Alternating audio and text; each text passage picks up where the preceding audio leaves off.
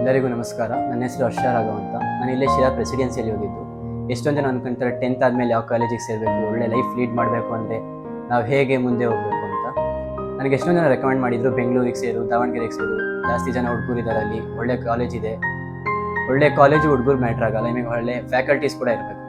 ಅಂಥ ಕಾಲೇಜು ಮತ್ತು ಅಂಥ ಫ್ಯಾಕಲ್ಟೀಸ್ನ ಹುಟ್ಟಬೇಕಾದ್ರೆ ನನಗೆ ಸಿಕ್ಕಿದ್ದು ಚಾಂಪಿಯನ್ಸ್ PU ಕಾಲೇಜು. ಅದೇನೆಲ್ಲೂ ಇಲ್ಲ, ನಮ್ಮ ಊರಲ್ಲೇ ಇದೆ. ಈ ಕಾಲೇಜ್ ಬಂದು ವಿಶೇಷ ಏನಂದರೆ ಇಲ್ಲಿ highly qualified and experience faculties ಇರುತ್ತೆ.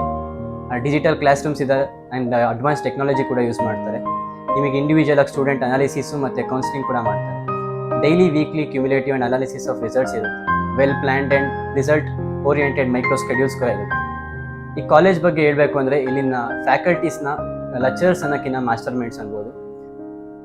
ಅವ್ರನ್ನ ನಾರ್ತು ಸೌತು ಆಲ್ ಓವರ್ ಇಂಡಿಯಾದಿಂದ ಕರೆಸಿದ್ದಾರೆ. ಅವ್ರು ಎಕ್ಸ್ಪ್ಲೈನ್ ಮಾಡೋ ಟಾಪಿಕ್ಸ್ನ ಆರಾಮ್ಸಾಗಿ ಅರ್ಥ ಮಾಡ್ಕೋಬೋದು.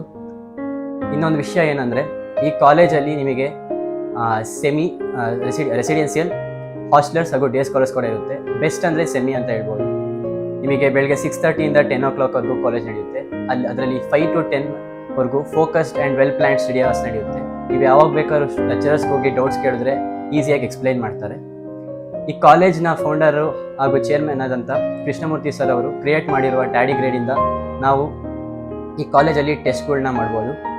ಆ ಆ್ಯಪು ಪ್ಲೇಸ್ಟೋರ್ ಕೂಡ ಇದೆ, ನೀವು ಕೂಡ ಟ್ರೈ ಮಾಡ್ಬೋದು.